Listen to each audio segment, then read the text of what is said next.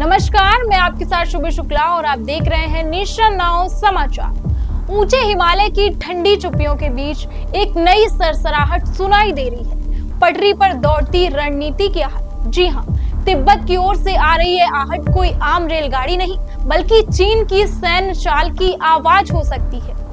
भारत की सीमा से महज 20 से 30 किलोमीटर दूर चीन ने ऐसी रेलवे लाइन बिछाने का काम तेजी से शुरू कर दिया है जो आने वाले वक्त में पूरे हिमालयी क्षेत्र की सुरक्षा को झकझोर सकती है।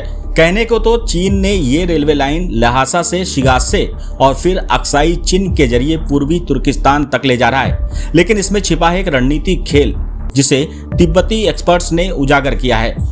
ये प्रोजेक्ट सिर्फ इंफ्रास्ट्रक्चर नहीं है, बल्कि ये सैन्य तैनाती, खनिज संसाधनों की लूट और भारत की सीमा पर दबाव बनाने की चाल है। एक तिब्बती लेखक और एक्टिविस्ट का दावा है कि HAI रेलवे डेमचोक से मात्र 20 से 30 किलोमीटर दूर से गुजरेगी और ये कोई सामान्य निर्माण नहीं है, युद्ध स्तर पर यह चल रहा है। सीमा पर सैनिकों की आवाजाही अब चीन के लिए बेहद तेज और सुगम हो जाएगी।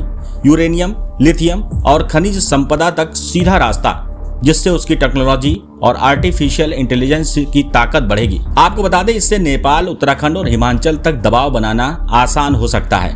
और सबसे बड़ा सवाल ये है कि क्या भारत तैयार है? जब चीन पहाड़ों को चीरकर रेलवे बिछा रहा है, भारत अब भी प्लानिंग मोड में है।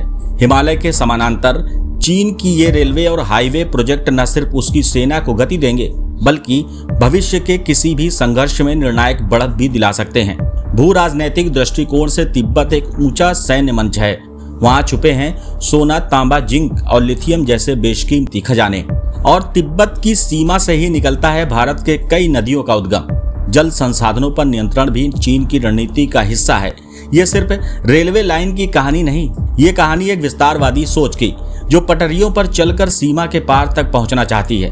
भारत को अब और देर नहीं करनी चाहिए। नजरें उठाइए, क्योंकि छांव में तैयार हो रही एक परछाई जो कभी भी हकीकत का रूप ले सकती है।